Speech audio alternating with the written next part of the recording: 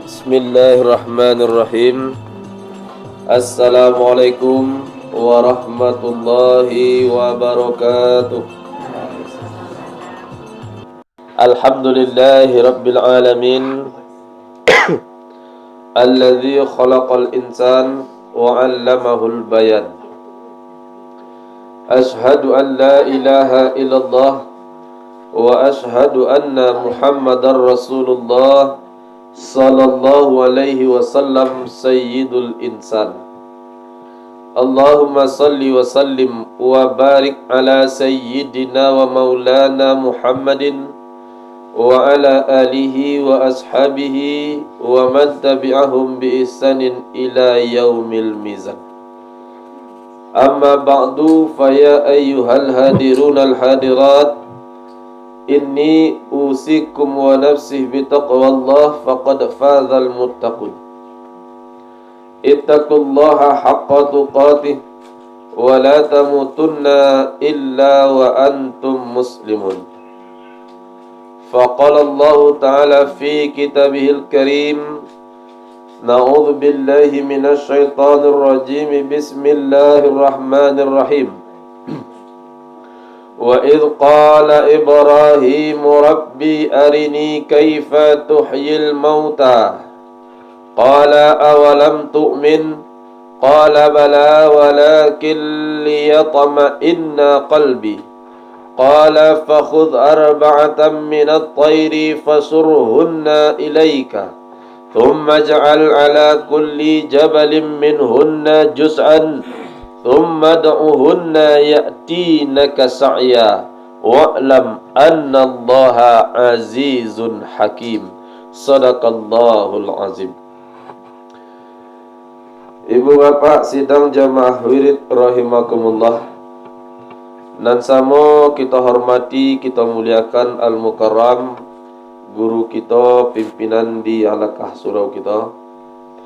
Dan sama kita hormati, kita muliakan Al-Mukarram, guru kita Buya Zulpendi Ongku Alam. Dan sama kita hormati, kita muliakan ongku-ongku alim ulama, nenek mama, cadik pandai, bunda kandung. Umumnya kita nan hadir pada malam hari kini, ketik dan tidak ke disebut nama, godang dan tidak ke diimbogola di dalam penghormatan kasadonya. Mudah-mudahan kita di dalam rahmat Allah Subhanahu wa taala. Kembali kita mengucapkan alhamdulillahirabbil alamin. Bersyukur terhadap segala limpahan rahmat dan karunia Allah Subhanahu wa taala. Kalau kita kona-kona, kita renungi, maka zahir batin kesadanya adalah milik Allah. Artinya adalah nikmat Allah Subhanahu wa taala kesadanya yang ada pada diri kita zahir batin. Kalaulah tidak kita diliputi oleh Allah Subhanahu wa taala dengan rahmat dan karunia-Nya, maka apapun takkan sanggup kita lakukan di dalam alam syahadah itu. Ya Bapak. Dekat bisa ada kita mengaku apa tio. Jangankan pergi ke sawah, jangankan pergi ke ladang, lemang garijokkan mata sedekah bisa awak. Kalau tidak ada rahmat dan karunia Allah. Maka rahmat dan karunia Allah itulah nan kita syukuri. Mudah-mudahan dengan demikian maka dipandang oleh Allah kita selaku hamba dan pandai mensyukuri akan nikmatnya Allah Subhanahu wa taala. Dan pada gilirannya mudah-mudahan ditambah Allah kepada kita nikmat itu zahir dan batin. Sebab ndot tanggung dek banyak nikmat Allah.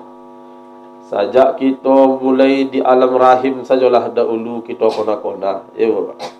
Di alam rahim itu di tempat yang zulumat nan gelap gulita, balapi-lapi kolamnya di dalam rahim itu.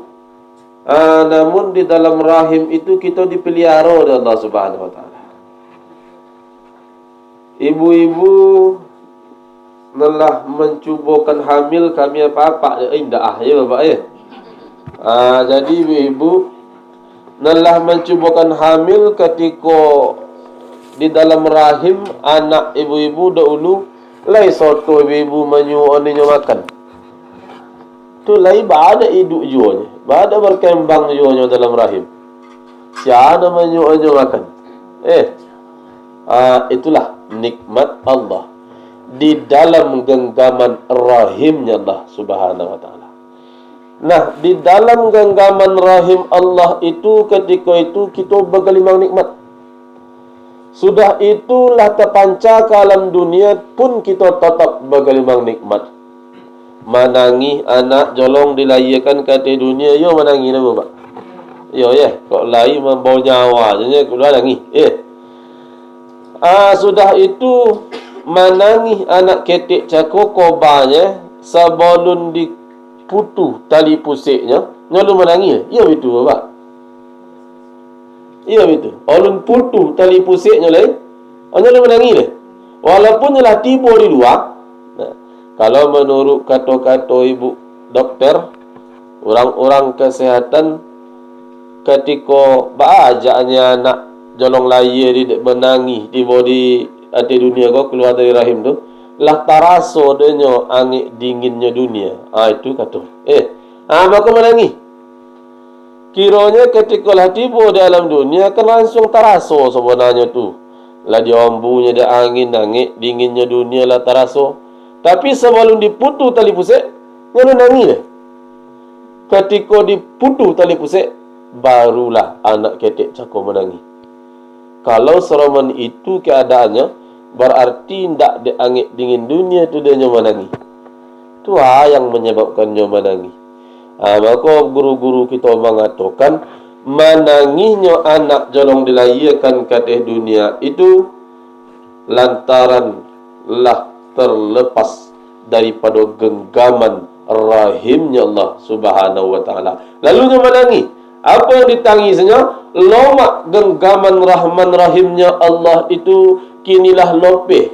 Tonang nanda ulu wado dalam rahim itu kinilah hilang. Kamano lay kaman cari. Tangannya dibuat tenju, kakinya menyipak-nyipak meronta-ronta. Apa yang dicarinya kamano lay kini kaman gonggam. Kamano lay kaki ke dipijakkan. Kan itu. Maka disambutlah dengan seruan Rabbul Jalalah kalimah nan masuk Allahu Akbar, Allahu Akbar. Dan ketika mendengar azan ataupun iqamah itu biasanya untuk anak jalan raya. Pada untuk layadun leh ilang gonggoman, konya pedoman lah tiba. Kami itu sana. Nah, jadi itu sadonyo adalah nikmat pemberian Allah Subhanahu wa taala. Dan ketika kita lah diberikan di Allah Subhanahu wa taala, lah pandai kita ditambah-tambah nikmat, lah pandai berjalan, lah pandai lidahnya berkalam, lah pandai matanya memandang, akal pikirannya lah pandai menganalisa, pada akhirnya terlena keindahan dunia, lupa kita terhadap nikmat pemberian Allah Subhanahu wa taala.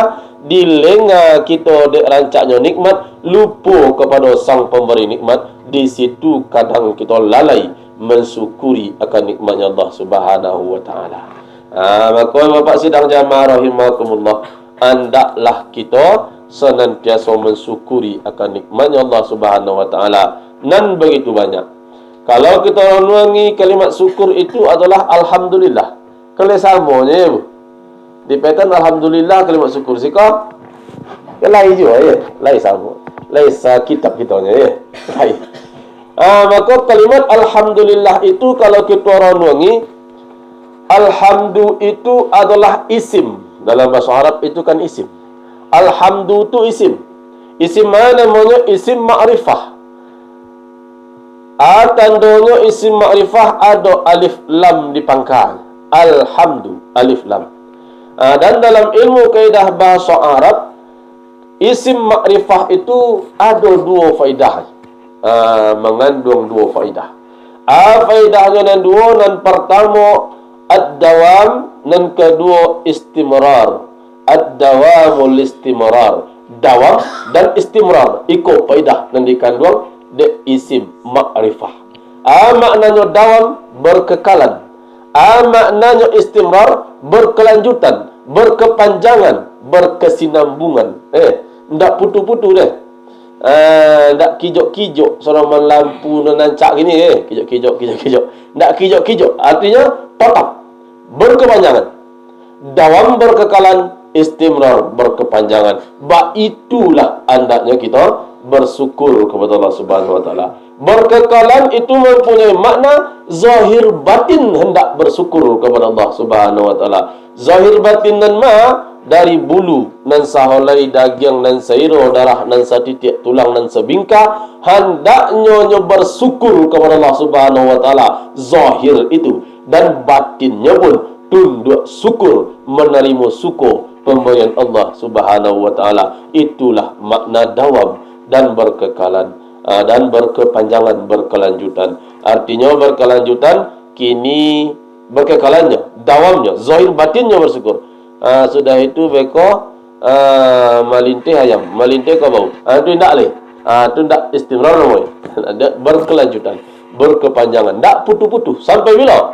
Sampai berakhir kita di alam dunia pun tiba di alam akhirat. Itu juanya ucapan orang-orang dan menerima nikmat daripada Allah Subhanahu wa taala. Wa akhiru da'wana wa da'wahum. Akhiru da'wana, akhir seruan mereka, akhir ucapan mereka itu alhamdulillahirabbil alamin, adalah alhamdulillah. Tak ada kata lain yang bisa disampaikan, tak ada ucapan yang bisa disebut kecuali hanyalah alhamdulillah terhadap nikmat pemberian Allah Subhanahu wa taala. Dan mudah-mudahan diajar kita oleh Allah pandai mensyukuri nikmat Allah hendaknya. Ya Bapak. Selanjutnya salawat dan salam kita mohonkan kepada Allah disampaikan juga hendaknya salawat dan salam kita kepada junjungan kita baginda Rasulullah sallallahu alaihi wasallam. Allahumma salli wa sallim wa barik ala sayyidina wa maulana Muhammadin wa ala alihi wa ashabihi wa man tabi'ahum bi ihsanin ila yaumil mizan. Rasulullah disampaikan oleh para ulama, beliaulah yang disebut dengan wasilatul usmah. Wasilah artinya penyampai. Nan penyampaikan kita ke mana? Kepada Allah.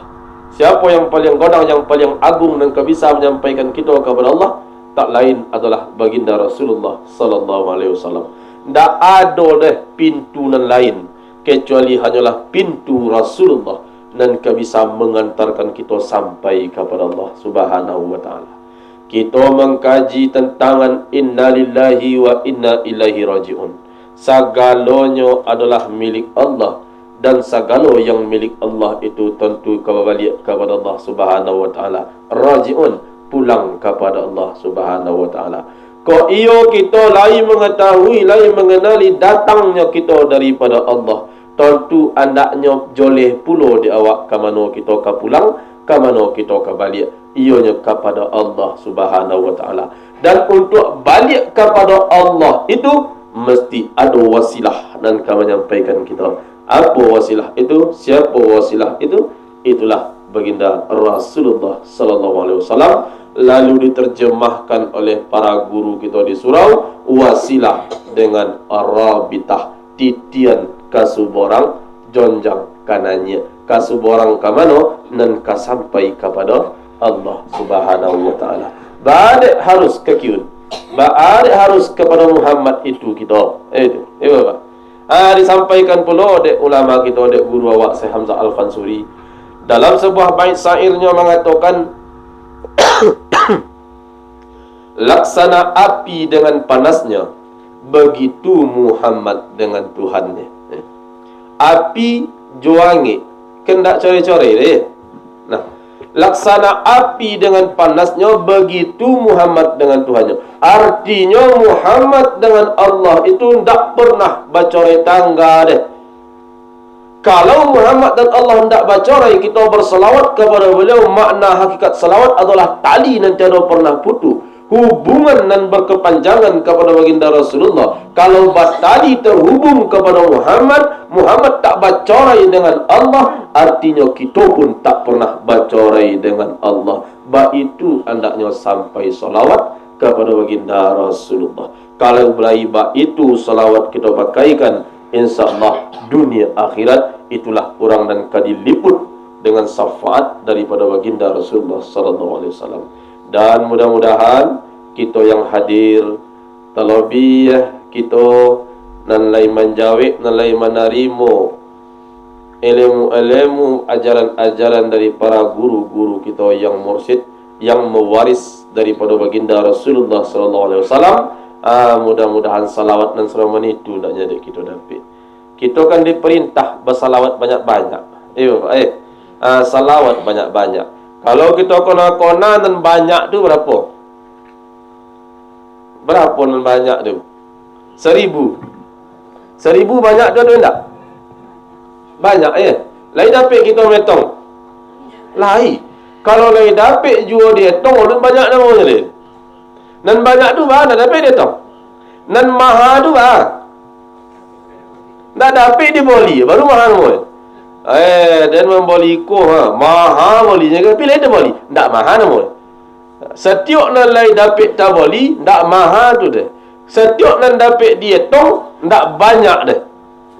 Dikatakan nikmat Allah banyak, banyak. Tak dapat metongnya, maka banyak nikmat Allah itu. Dikatakan salawat banyak, tentu tak dapat dia tong puluh salawat tu. Salawat nan man tak dapat dia tong. Kan itu lele tu ya Bapak.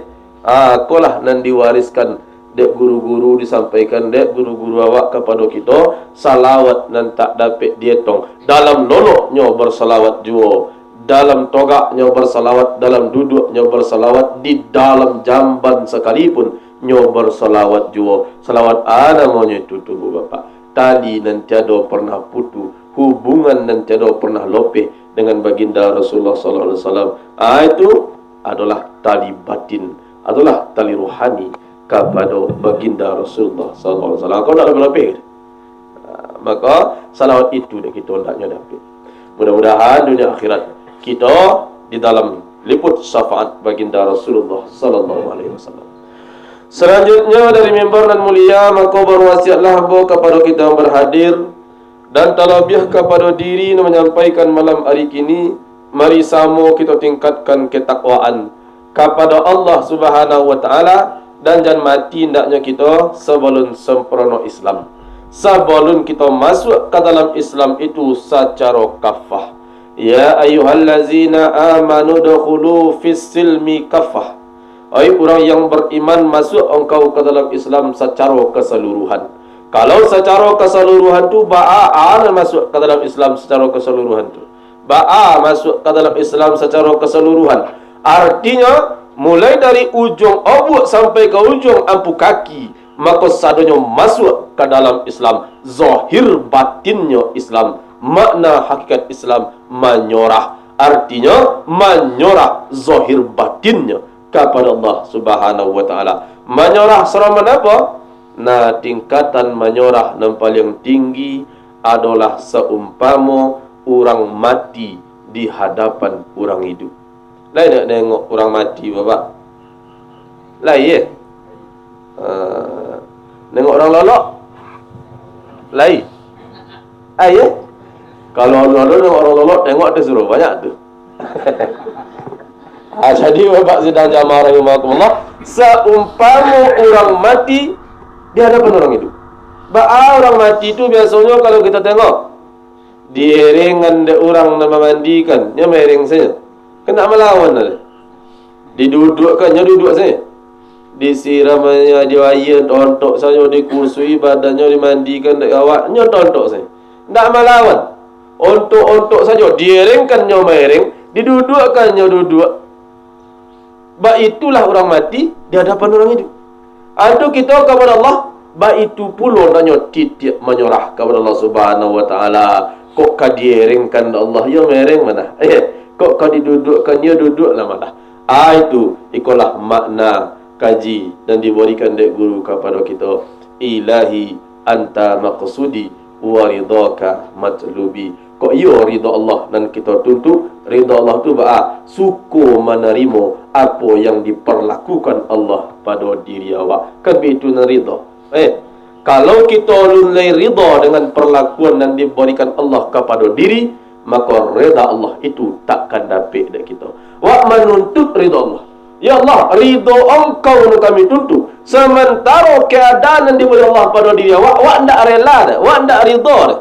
Badek boleh bona bagian tiba di diri awak orang mana selama itu bona. Ulun ridho namanya oleh itu kita kepada ketentuan Allah pada diri awak. Sementara kita menuntut ridha Allah. Kau yo kamu dapatkan ridha Allah, ridholah dahulu dengan apa yang diperlakukan Allah pada diri awak. Lah ridha kita, maka mardiyah Allah akan meridai. Kalaulah diridai oleh Allah, fadkhuli fi ibadi, masuk ke dalam golongan hamba-Ku, kata Allah. Artinya diakui Allah lai menjadi hamba. Kalaulah diakui Allah menjadi hamba, ikulah orang yang dipersilahkan wadkhuli jannati, masuklah ke dalam surga-Ku, kata Allah Subhanahu wa taala. Kok surga sak kau jaga kali bah kira apa? Surga saja kali kita koja kita tuju dalam beribadah. Sementara tidak ridha dengan ketentuan Allah pada diri, sudah itu tidak dikoja ridha Allah. Kalau tak ridha dengan ketentuan Allah, ridha Allah takkan didapat. Kalau ulun dapat ridha Allah, tak diakui menjadi hamba. Kalau tidak diakui menjadi hamba, surga hanya akan menjadi angan-angan.